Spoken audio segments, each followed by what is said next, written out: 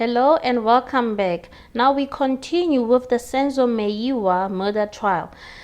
Okay, the defense is now finished with Officer Mshololo. Colonel Mhlahlo takes a stand. Now, as she takes a stand, she explained her role in the crime scene itself. Now, she went to the crime scene the next morning. Remember that Officer Mshololo said there were some things that he couldn't do because of he didn't have necessary equipment, so he had to wait for the task team so that he can be able to do a thorough investigation. So the task team would have been then Colonel Mhlahlo. So Colonel Mhlahlo now took us through her statements and everything. So now we just want to get into the cross questioning of the defense team when it comes to her. Before we get into this, I just want to comment on the judge. Yo, Judge Rata, this judge, guys. I just can't stand this judge. What is happening with this judge? It's like okay, we get in this thing that she undermines the defense team, and it's like when they are in their groove, like when they're coming up, like you see that she's getting there or he's getting there while they're cross-questioning the witness on the stand. Then you'll see this judge coming in and stopping, interrupting. Like he explains, it's like he's on the defense. I don't understand on the state side of what is happening. He will explain or answer the defense advocates on behalf of the witness. He will be the one giving out the explanations. If the witness couldn't even explain something, he's the one that will elaborate on it, and then will ask the witness to agree on the explanation that he gave.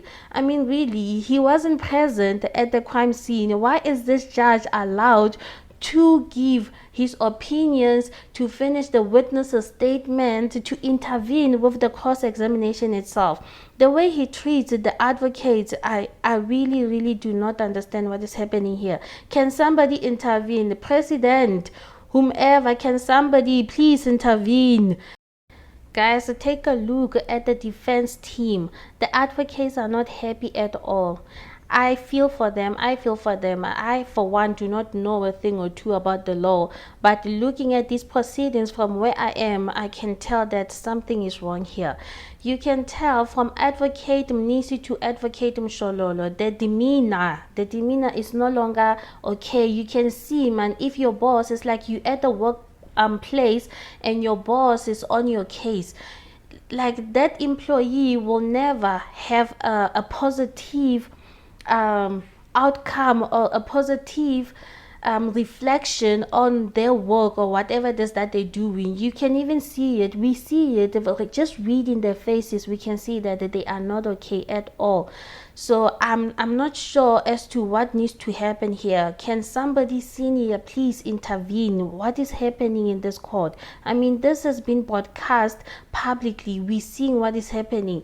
So for the judge to act like this, I don't understand. Or probably maybe because of he's retired, because he is retired. So he's thinking that he can do whatever he pleases because of he has nothing to lose. I'm not sure what is happening. But the way things are, we really, as the public, we are really not content. If there's somebody who knows this judge, please guys, let him know that what he is doing is not okay at all. And we as the public are seeing, we are witnessing this, and we're saying that this is not okay. I honestly don't feel like watching these proceedings anymore, but hey, it is what it is. So basically, the defense, the state is saying that the evidence is accurate and it's correct, seeing that we have the forensic investigators on the stand. So the defense team, on the other hand, is saying that the evidence and everything else that was collected is incorrect because of there was tampering with the crime scene itself. Now, Mshololo first argues that the crime scene wasn't secured, and that on its own might have led to the crime scene being tampered with.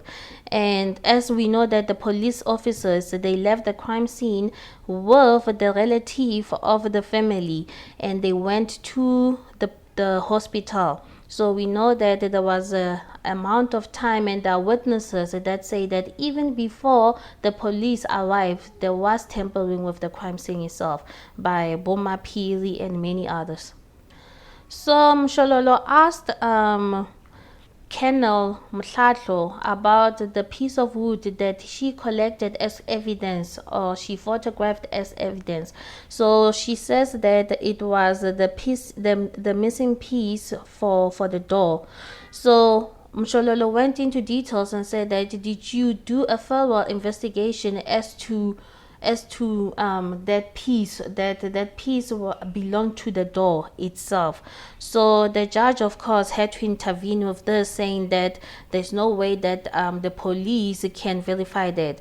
But tell me this, if something needs to be verified by experts, say a piece of clothing, we know that there are no such stations or units within the police that can confirm that, but you can go to the people that are experts, like the ones that make that fabric, and they can give off their comment based on what you are investigating. I mean, seeing TV shows, we have seen this being done so many times. So when the judge said this, I just couldn't understand what was happening now. So Mshololo further argues that Msiya said that he couldn't do much of the investigation because he was waiting for more experienced people. So Colonel Mhlahlo was senior to Officer Msiya then. So when she explains, she says that much of this investigation was conducted by Msiya. So Mshololo is like, I mean, why was it conducted by Msiya when Msiya said that he was waiting for you because you were senior, more experienced than he was?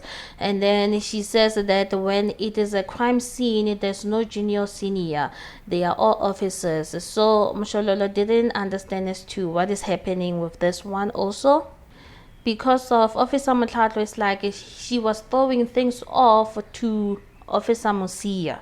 So Mshololo wanted to know, because they needed clarification, because they were the ones that were collecting evidence, they were photographing